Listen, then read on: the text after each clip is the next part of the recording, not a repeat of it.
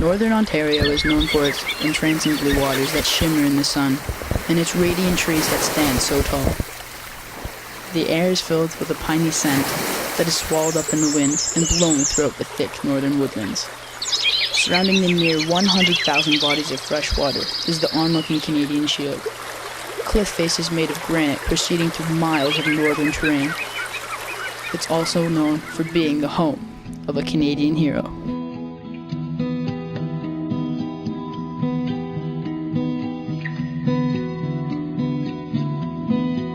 Arnie Stewart was born in Cobalt, Ontario, an impoverished old mining town located 480 kilometers north of Toronto, near the Quebec border. Legend has it that a blacksmith threw a hammer at a fox one day in 1903 and accidentally uncovered the world's richest vein of silver. Mining boomed in the community until the 1930s when, its resources exhausted, it slowed to a trickle. Its legacy is the scarred surface of barren rock and deep craters that today surrounds the town. With little industry and a declining population, Cobalt is typical of many of the towns of northern Ontario. Not exactly the fertile grounds for the growing of a Canadian hero. My mom and dad worked very, very hard, but they couldn't read or write very well either. So my dad worked underground in the mine when he could. He used to be laid off a lot and didn't make much money. When we went to bed at night, we'd go up the stairs, and there was 2 beds. My oldest 2 brothers slept in one bed, and the 6 other brothers had to sleep in another bed. And we had quite a few holes in the roof. I could look through and see the stars at night. I should have become a star teller or whatever. But in the wintertime, the icicles used to form and look at you, coming down, pointed down. And it was very tough. Mom used to send us down to the store all the time to get dog food. Go get some dog bones, go get some dog bones. We didn't even have a dog half the time. Arnie attended Cobalt Public School. However, coming from a house that possessed little money for school supplies, and where his parents struggled to read and write, there was little help or encouragement from home. Coupled with the fact that Arnie often arrived at school freezing and starving, reduced to plundering other children's backpacks for breakfast and lunch. It's no wonder that Arnie intensely disliked school. He took every opportunity and used every ploy available to skip school. If I knew the nurses were coming to school to check our heads for lice, I knew they were coming. I used to put sugar in my hair. And they used to look and say, "Oh, you got nits. You're off for 2 weeks." So I got 2 weeks off with a few other kids. It was very wrong to do, but we'd do anything so we didn't have to go to school. As a result, when Arnie was finally asked to leave school, he could neither read nor write. He was illiterate. Can you read this? It's a simple children's story. If you were illiterate, this is how it would feel every time you picked up a book. Your eyes meeting a meaningless series of squibbles, dots, and slashes. Sisters left for the ball. "Don't be a lazy bones while we're away," they said to Cinderella. Seems like an easy thing to do, doesn't it? Reading to a child.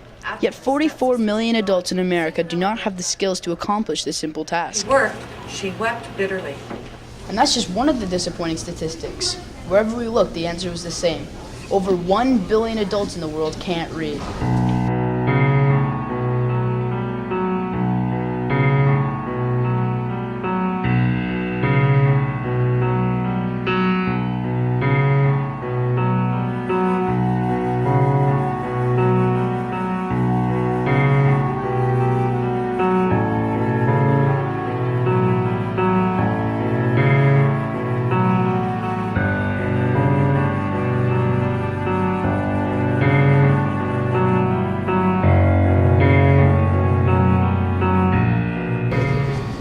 Found in an industrial workplace can be very dangerous.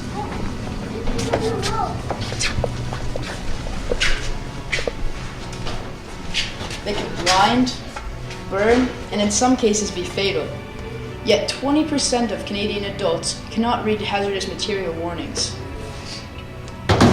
And another 46% of American adults cannot understand dosage labels on children's medicine bottles. Besides these dangerous issues, being illiterate poses other problems also. Even a simple trip to a grocery store can be daunting. I needed something real fast for supper, and because my mother-in-law was coming over to babysit and I had to go to work and I wanted to feed the kids and myself. And I looked at the cans, but they had no pictures. There was no pictures of beans or spaghetti or nothing on the can, and I didn't know, and I just kept looking. I seen beef, so I brought the 2 big cans of beef home for supper. And I heated it up and cut the cans open, stirred it all up, and we all ate supper. My boy and my girl and myself. And the next day my wife come home from up visiting my mom and dad, and she was taking the garbage out. And she says, "Arnie, who's over at the house?" I go, "There's nobody over at the house." She said, "Well, there must have been somebody over here with their dogs. You got 2 cans of beef puppy chow." I fed them dog food. Not all stories of illiteracy are so lighthearted. Arnie was eating from dumpsters, he was turned down from many jobs, and for the majority of his life, he was ashamed of his inability to read. You can feel Arnie's frustration when, after not being able to read a lane end sign, he almost killed himself and others. This is when he first decided that he would help children avoid making the mistakes that he made. I can remember hitting the steering wheel. I was so mad. I said, "God, just give me a chance someday to go back to school and tell them kids not to be an idiot like me." This is where Arnie's journey began.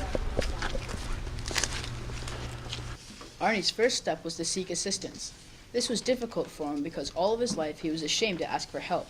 He tried many agencies, but they were geared towards helping new Canadians and taught stuff like, "This is a fork.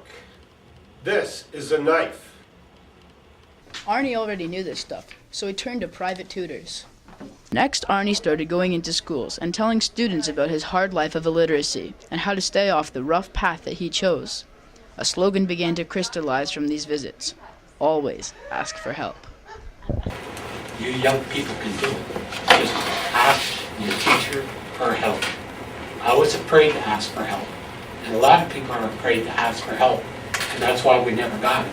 Arnie's presentations were having a positive effect on students. He was reaching the exact type of kid that he hoped to, those who were most like him when he was a child. So, has Arnie changed your opinion on school? He really has. I'm kind of a person who doesn't like to go, so he really makes me want to try reading, writing, math, and everything. Terrific. Thank you very much. Still, he worried about kids who, for whatever reason, maybe they were too embarrassed or too shy, refused to ask for help. Those who didn't approach him at his talks and huddled silently to themselves during class. He decided to start handing out Arnie cards that kids could write their names on and submit to a teacher. He reasoned that some kids may be more comfortable with this route than with face-to-face encounters. Though originally intended to help with literacy issues, their scope widened beyond Arnie's wildest hope. So at the first school, we handed out 350 of these cards. As soon as we left, one student came forward who was in grade 7, and I guess he slipped his card underneath his principal's door. And she went to find him, she pulled him out of class, and she said, "What can I help you with? What's going on with you?" And he lifted the sleeves of his shirt, and she could see that he had cut his arms all the way up with razor blades. And he said, "I'm doing this to myself, and I need help. I need to stop. Can you help me?" And they got him help, and it's just been incredible. That's only one of the many, many stories of students actually coming forward. Arnie continues to speak to children of all ages. He has received thousands of letters from students across southern Ontario and tries to personally respond to each one of them. Arnie is strengthened by his dream to see all children succeed in life. And I dreamed that I was a seed. And this garden of mine was a beautiful garden, and I was a seed like all the other people having hard times like me. And I was planted into that earth. And all these other seeds that were having problems like me was planted in. And I look down and I see all these little weeds coming up, little flowers. And I look up and I see all the raindrops falling on us. And they're teachers and students and volunteers falling on all those little wee flowers, helping us to grow. And I look up and I see this beautiful big sun, which is the good Lord shining on us and helping us to grow. And I look down, I see bigger flowers, all different kinds of flowers, different colored flowers. Just like there's different people in the world, different colored people, different kinds of people, and they're all growing. And I see this beautiful big rainbow. and I see all us students going over the rainbow together. We're dropping off our petals, looking for our pot of gold. And our pot of gold is when the petals drop off and land on the ground. When I see this beautiful flower garden, I see a weed, and I go, is that a bad weed? And I go, no, that's Arnie. And I'm saying, please, don't pull me out and throw me away. Water me a little bit, love me a little bit, and I could turn into a beautiful flower like you guys.